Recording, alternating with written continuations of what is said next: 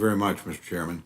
Our hearing today covers two items, a continuing resolution to fund the government through February 18, 2022, and yet another contempt of Congress resolution.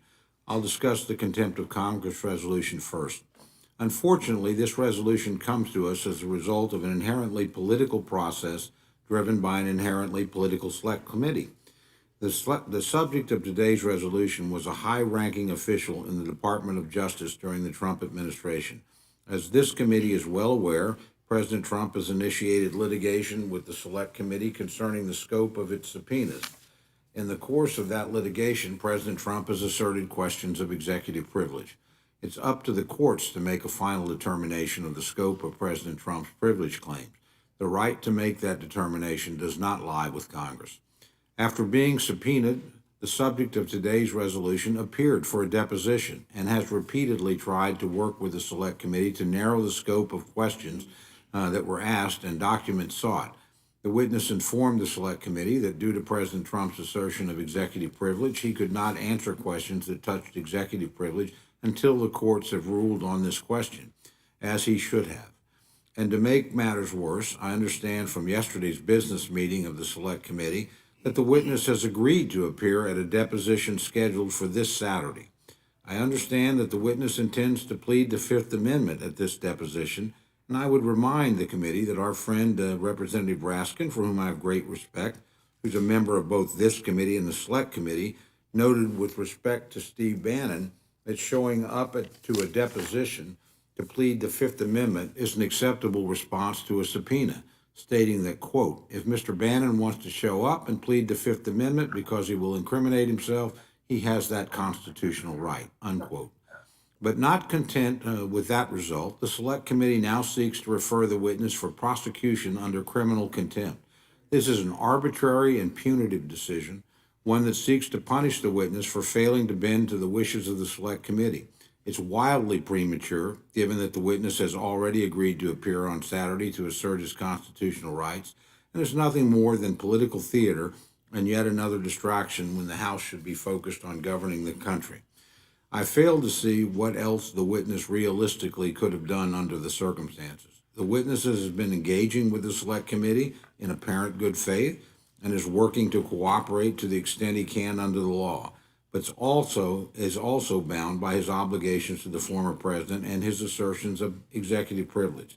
The Select Committee and the House should allow the legal process to play out and should not be referring the witness for criminal contempt even before the process is complete in the Select Committee. Criminal contempt, as opposed to civil contempt, is an inherently punitive measure, which means it will not help the Select Committee get the documents or testimony they claim to seek, regardless of what my friends on the other side think. I fear the majority will continue to erode the legal standing and credibility of the institution with the partisan manner in which they use the subpoena authority of the House. The second item I'll discuss is H.R. 6119, the continuing resolution through February 18, 2020.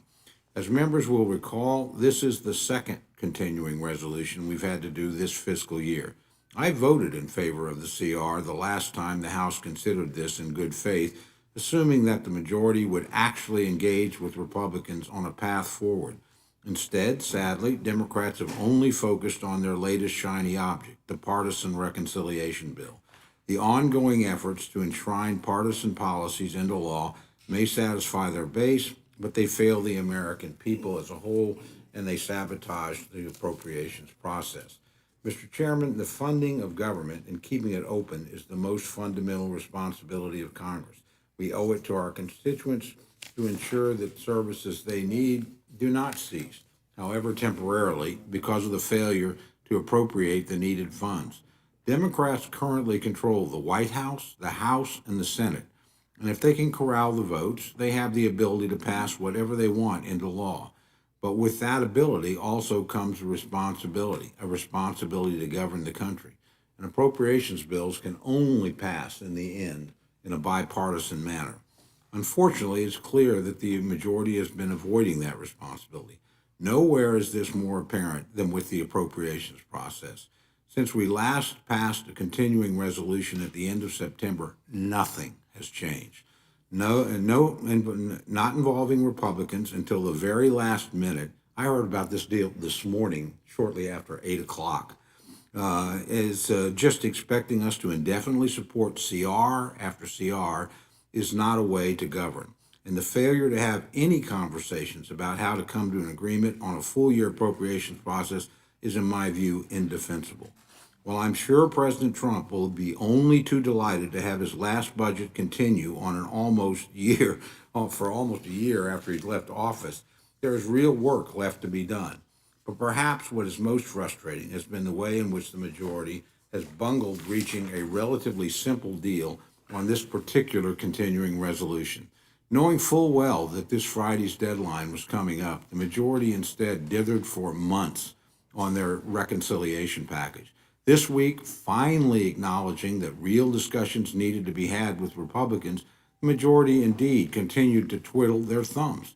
Indeed, Republicans in the House were completely shut out of this process, leaving us all in the dark about the nature of today's bill until this morning. Once again, the majority has chosen to go it alone rather than choosing to work across the aisle.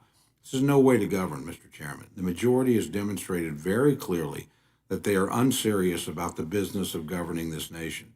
They are unserious about reaching a bipartisan full-year spending deal, just as they are unserious about reaching a deal on this continuing resolution.